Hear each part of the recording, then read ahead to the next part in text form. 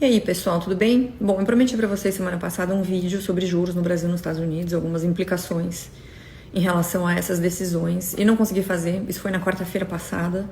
A gente já tá na sexta da outra semana, mas a parte boa é que teve outras coisas que saíram desde então, alguns outros dados que vão nos ajudar bastante a entender esse cenário que tá com bastante volatilidade, com bastante incerteza, e tentar fazer uma conexão que é muito importante do que está acontecendo nos Estados Unidos em relação ao Brasil e também de quem tem investimento no exterior, o que deveria estar olhando.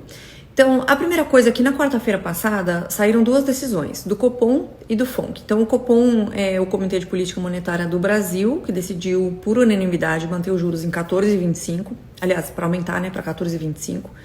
E lembrando que em agosto do ano passado estava 10,5, então subiu bastante, Foi uma política monetária bastante contracionista, considerando dois problemas que a gente tem no Brasil, que é o que todo mundo sabe, que é a questão fiscal, que é muito complicada no Brasil e houve uma deterioração muito grande nos últimos 2 anos para cá e nada está sendo feito.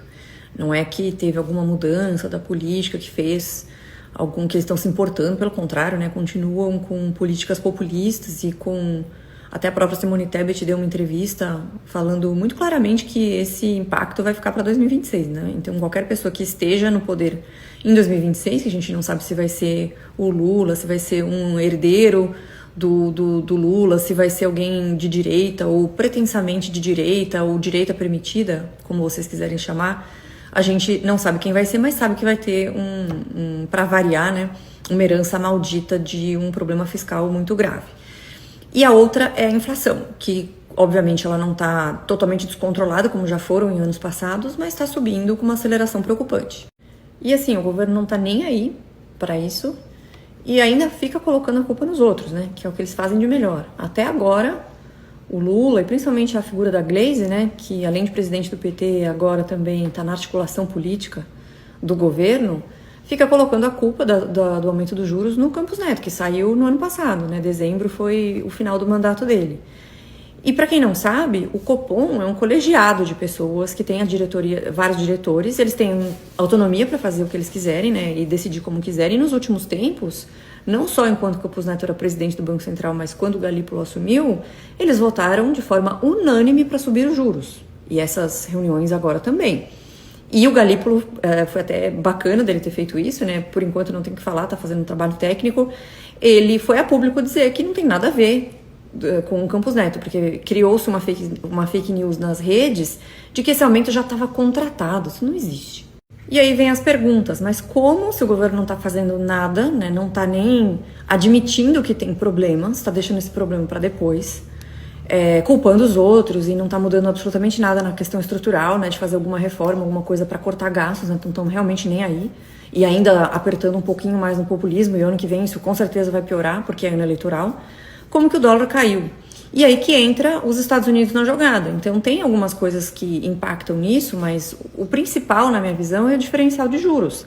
Então você tem um juro subindo no Brasil, 14,25, e ainda com provavelmente mais uma subida, talvez até 2 subidas nas próximas reuniões, enquanto nos Estados Unidos você teve uma manutenção dos juros no mesmo patamar. E aí, obviamente, que acaba fazendo sentido, mas isso de um ponto de vista de investimento especulativo, de curto prazo, de você ter um pouco de diversificação do seu recurso quando você é um investidor gringo no Brasil por conta dos juros. E aí vai entrar mais dinheiro no Brasil, e aí pela oferta e demanda você tem uma diminuição do dólar. Então me parece que até um ponto interessante de entrada.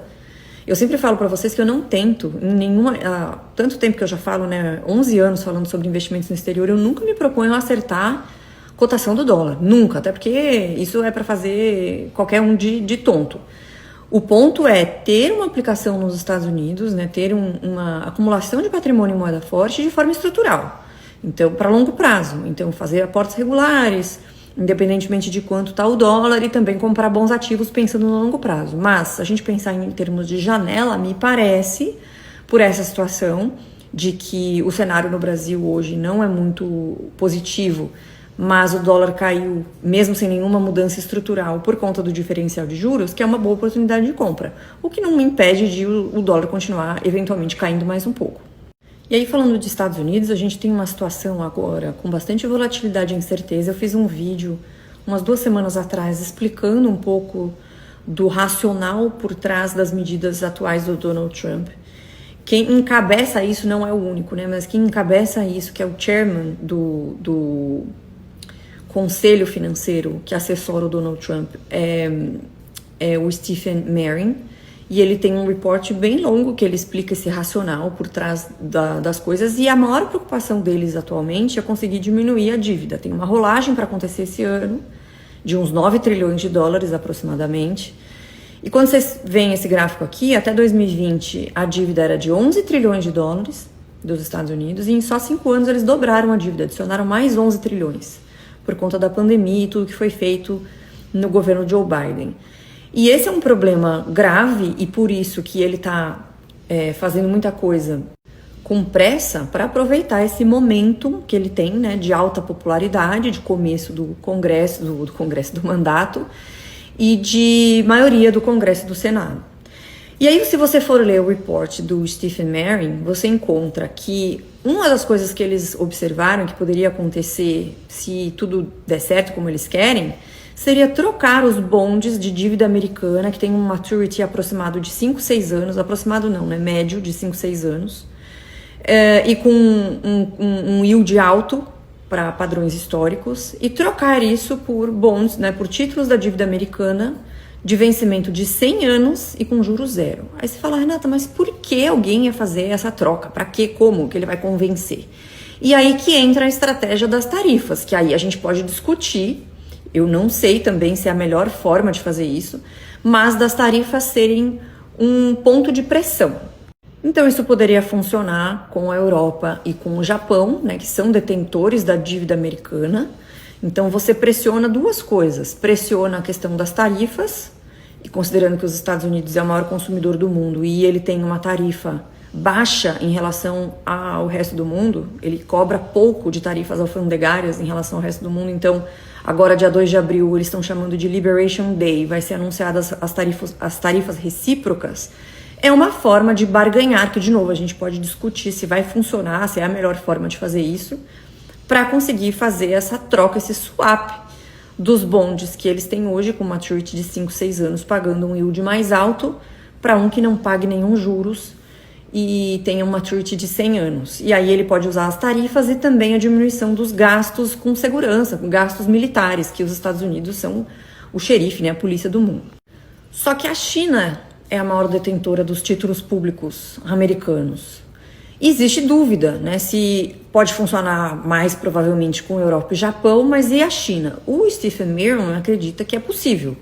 E aí eu vou ler uma citação dele para vocês, que está nesse report, que ele falou o seguinte: lembrem-se de que a economia da China depende de controles de capital que mantêm as poupanças investidas em alocações cada vez mais ineficientes de capital, voltadas para ativos improdutivos como prédios residenciais vazios. Se uma escalada de retaliações causar uma pressão crescente sobre esses controles de capital, incentivando a saída de dinheiro da China, a economia chinesa pode enfrentar uma volatilidade mais severa do que a economia americana, e essa vantagem natural limita a capacidade da China de responder aos aumentos das tarifas. Então ele acha que a pressão para esse swap de bonds, né, de títulos da dívida americana, pode funcionar também com a China.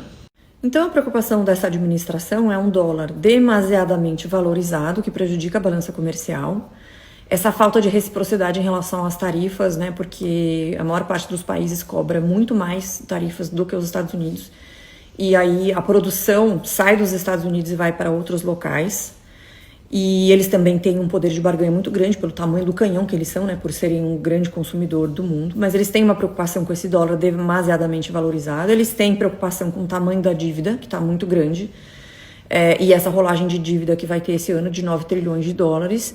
Então, esse plano do Stephen Merrin, né, e da equipe econômica do Trump é bastante ousado e não necessariamente vai funcionar.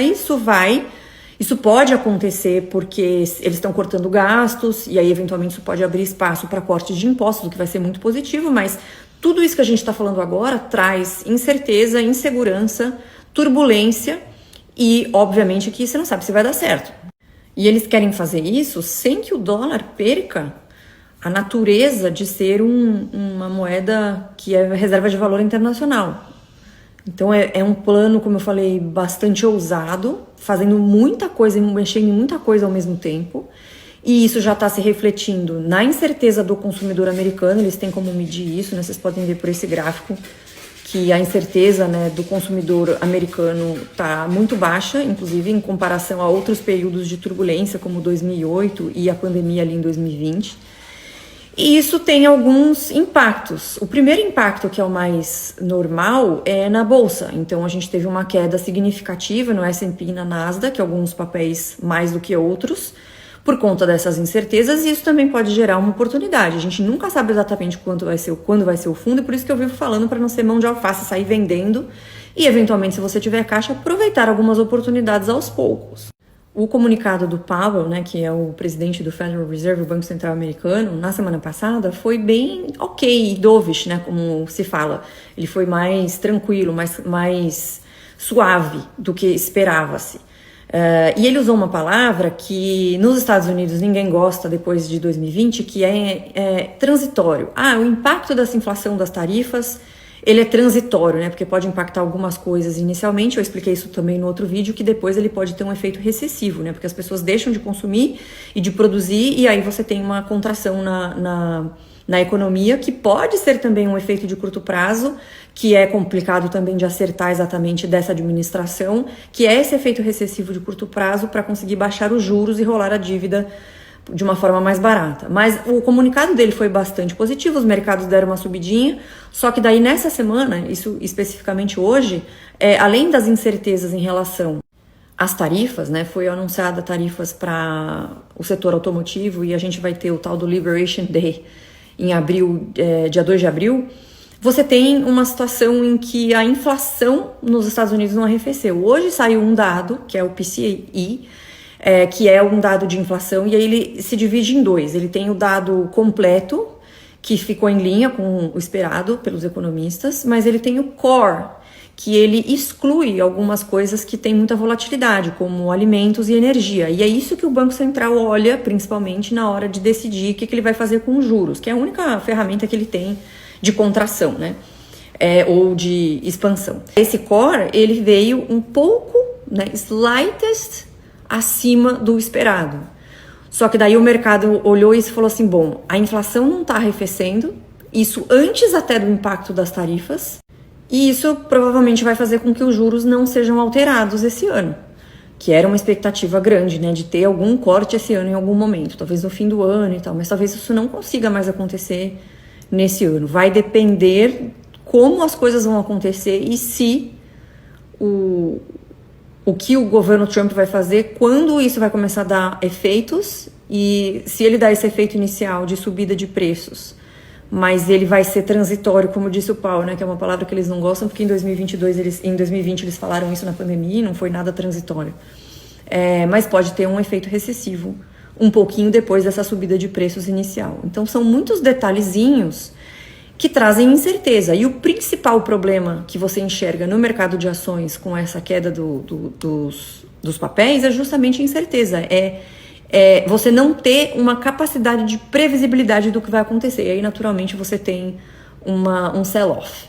Agora, historicamente falando, esse momento pode ser um momento de oportunidade de compra de alguns ativos. Óbvio que não tem como prever quando que vai ser esse fundo, mas se vocês olharem esse gráfico aqui, ele mostra que depois de um growth scare, o S&P subiu na média 24%. Então a gente não sabe quando é o fundo, quando vai ser o piso, mas sempre que existe esse growth scare, por qualquer motivo que seja, depois a subida é muito grande e normalmente rápida, né? Então até nos próximos 12 meses, ou no máximo 24 meses. Então, como eu falei no começo, né? Se você já está posicionado, não seja mão de alface, porque se você sair para depois tentar entrar para acertar esse momento, para recuperar aquilo que você perdeu, é praticamente impossível. E segundo, se você tem caixa ou se você tem essa capacidade de poupança regular, que eu sempre recomendo também, vai comprando esses ativos pensando no longo prazo.